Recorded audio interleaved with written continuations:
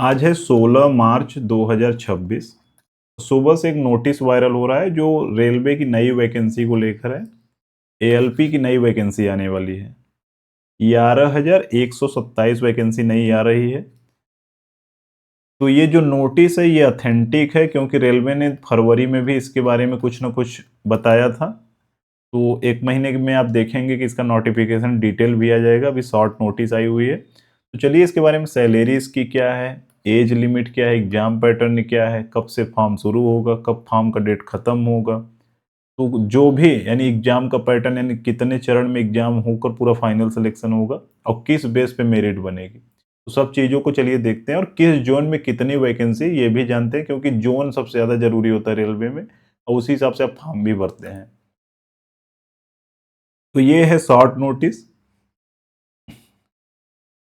तो ये 15/5/2026 से फॉर्म यानी ऑनलाइन अप्लीकेशन शुरू हो जाएगा। आप फॉर्म भर पाएंगे। 14/6/2026 को ख़त्म होगा। लेवल 2 की जॉब है। बेसिक पे कितना है, 19,900। 18 से 30 इसकी एज है नॉर्मल जनरल के लिए। और 11,127 वैकेंसी है। एक चीज़ आपको याद रखना है कि ये 2 पॉइंट इसमें और दिए गए हैं कि विदाउट आधार आप फॉर्म नहीं भर पाएंगे। अगर आपके आधार में कुछ गलती है तो आप उसको करेक्शन करा लीजिए। अच्छा, अगर हम पिछले 5 बार जो वैकेंसी है उसका ट्रेंड देखें तो 14 से 26 यानी 12 साल में 5 बार टोटल वैकेंसी आई है। एक 2014 में आया 26,000, फिर 18 में आया था 27,795, फिर 24 में आया था 18,799, 2025 में आया था 99 से 70, जिसका एग्जाम अभी प्रोसेस में ही है। और अभी जो आने वाला है वो 11,127 वैकेंसी लेटेस्ट है। पिछली बार की तुलना में थोड़ा सा ज़्यादा है। अच्छा, सबसे पहले इसके बारे में कब रेलवे ने बताया, तो 19 फरवरी को रेलवे ने इसके बारे में बताया था एक लेटर के माध्यम से कि ये जो वैकेंसी है फिल की जाएगी। और आज 16 मार्च को इसका एक शॉर्ट नोटिफिकेशन भी आ गया है कि कब फॉर्म का डेट क्या होगा, जिसमें देखिए लिखा भी है कि 15 मई 2026 से 14 जून 2026 के बीच में फॉर्म भरा जाएगा। अब मान लीजिए कि 2-3 महीना के बाद एग्जाम भी इसका होगा। पे स्केल की बात करें तो लेवल 2 है, 19,900 मैंने पहले भी बताया। एक चीज़ सबसे ज़्यादा इसमें इम्पॉर्टेंट है कि ये मेडिकल जो चेक होता है 6/6 आपका आँख होना चाहिए। यानी अगर पॉइंट इधर उधर कम है, ज़्यादा है, तो आप इस वैकेंसी के लिए एलिजिबल नहीं है। क्योंकि आप बन रहे हैं रेलवे का ड्राइवर कहें या पायलट कहें, और आपको क्लियर दिखना ज़रूरी है, तो इसलिए ये बहुत ज़्यादा इंपॉर्टेंट पॉइंट है। आपको ध्यान रखना है, अगर आप चश्मा लगाते हैं, पॉइंट इधर उधर कम है, तो आप फॉर्म मत ही भरिएगा, कोई मतलब नहीं निकलेगा, अंतिम में वो छांट ही देंगे। वैकेंसी का पद का नाम क्या है, तो असिस्टेंट लोको पायलट है।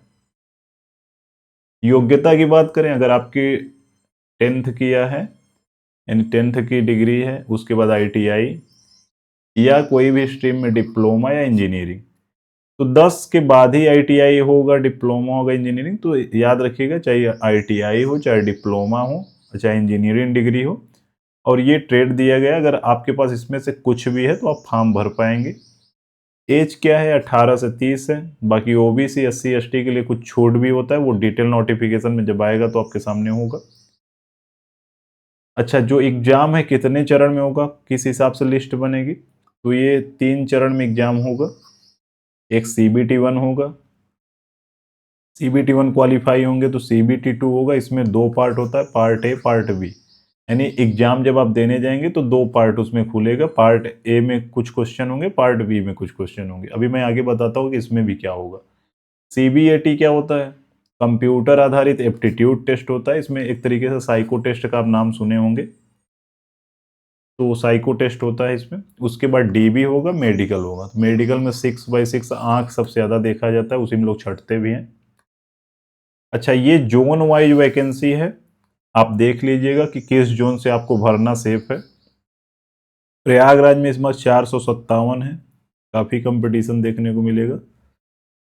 ईस्ट कोस्ट रेलवे में 1625 सबसे हाईएस्ट है। बाकी अपने अपने जोन के हिसाब से ये जो चार्ट है, बाकी अभी तो नोटिफिकेशन खुद ही आएगा तो वहां से देख पाएंगे। बाकी ये पीपीटी मैं अपने टेलीग्राम पे डाल दूंगा, वहां आप देख लीजिएगा किसमें कितना है, या स्क्रीनशॉट ले लीजिएगा अभी।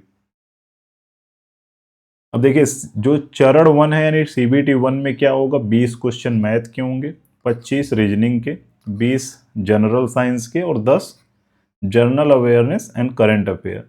अब देखिए रेलवे में क्या होता है ना कि जो साइंस का क्वेश्चन होता है वो ज़्यादा पूछा जाता है। स्टैटिक जैसे हिस्ट्री, पॉलिटी, जियोग्राफी ये बहुत कम पूछे जाते हैं। अभी आप ग्रुप डी का एग्जाम देखे होंगे अगर आंसर की जो आया हुआ है तो उसमें भी देखेंगे कि हिस्ट्री, पॉलिटी, जियोग्राफी बहुत कम क्वेश्चन है। ये जनरल अवेयरनेस जो लिखा है ये नाम मात्र लिखा है, ज़्यादातर पूरा पूरा करंट ही था इस बार। अच्छा टाइम 1 घंटा मिलेगा, 1/3 निगेटिव मार्किंग है। एसएससी में कितना होता है 1/4, तो 75 क्वेश्चन और 75 नंबर। फिर उसके बाद सीबीटी 2 होगा। सीबीटी 2 में क्या होगा, कुल कितने क्वेश्चन होंगे, पार्ट 1 में 100 क्वेश्चन होंगे, 90 मिनट आपको टाइम मिलेगा। इसमें बेसिक साइंस और इंजीनियरिंग के क्वेश्चन होंगे 40, सबसे ज़्यादा वेटेज है इसका। मैथ में 25 होंगे, जनरल यानी रीजनिंग में 25 और वही करंट के 10 क्वेश्चन होंगे। तो 40, 20, 60, 20, 80, 10, 90 और 10 100 क्वेश्चन होंगे। टाइम कितना मिलेगा आपको, 1.5 घंटा मिलेगा। पार्ट बी भी होगा इसमें, वो ट्रेड टेस्ट होता है यानी एक क्वालिफाइंग केवल है। 75 क्वेश्चन है जिसमें से आपको 35% लाना होता है, यानी एक तरीके से 26-27 क्वेश्चन अगर आपका सही हो जाता है तो बस उतना ही है। बाकी मेरिट तो इसी बेस पे बनेगी क्योंकि ये क्वालिफाइंग है पार्ट भी। तो आपका चुना हुआ संबंधित जो ट्रेड होगा उसी पे आधारित क्वेश्चन होंगे जो मतलब पार्ट बी में होंगे।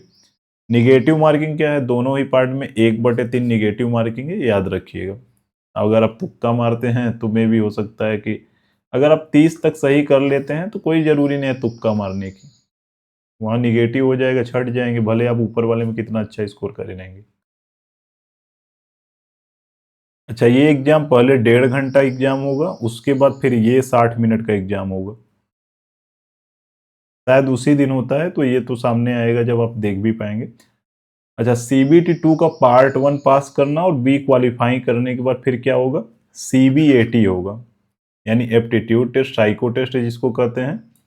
इसमें क्या चेक होता है, एकाग्रता, निर्णय लेने की क्षमता, रिएक्शन टाइम। अच्छा इसमें अलग अलग टेस्ट बैटरी होते हैं, यानी एक तरीके से टेस्ट बैटरी ये है कि जैसे छोटे छोटे 4-5 टेस्ट होते हैं और उसी के आधार पर उसी को हम कंबाइंड रूप से क्या कहते हैं, टेस्ट बैटरी कहते हैं। तो ये कुछ खास टर्म है, बस इतना ही याद रखना है। टेस्ट बैटरी मतलब जैसे 4-5 टेस्ट, किसी डिसीजन मेकिंग या निर्णय लेना, रिएक्शन, ये सब अलग अलग टेस्ट होते हैं तो उसी को हम टेस्ट बैटरी कहते हैं। निगेटिव मार्किंग बिल्कुल भी नहीं होती। अच्छा इसमें स्कोर क्या होता है, तो टी स्कोर के हिसाब से इसमें कम से कम 42 आपको लाना होता है। वो आप जब साइको टेस्ट कोई दिया होगा उससे पूछेंगे तो वो बताएगा कैसे टी स्कोर उसमें दिया जाता है। अच्छा फाइनल मेरिट किस बेस पे बनती है, तो 70% लिया जाएगा सीबीटी 2 में जो पार्ट ए वाला है जहां पर आपने देखा 100 क्वेश्चन था, और सीबीएटी में 30% इसका वेटेज जोड़ा जाएगा साइको का। तो 70-30 के हिसाब से ही मेरिट फाइनल बनेगी। उसके बाद डीवी होगा, मेडिकल होगा। डीवी फिर मेडिकल। मेडिकल में ये आंखों का विजन सबसे इंपॉर्टेंट है। अगर आप चश्मा लगाते हैं तो फिर भी मैं वही चीज़ कर रहा हूँ कि भरने से कोई मतलब नहीं निकलेगा, एक बार चेक करा लीजिएगा उसके बाद भरिएगा। बस ये पीपीटी आपको टेलीग्राम में मिल जाएगा, इतना ही इसमें जानना था।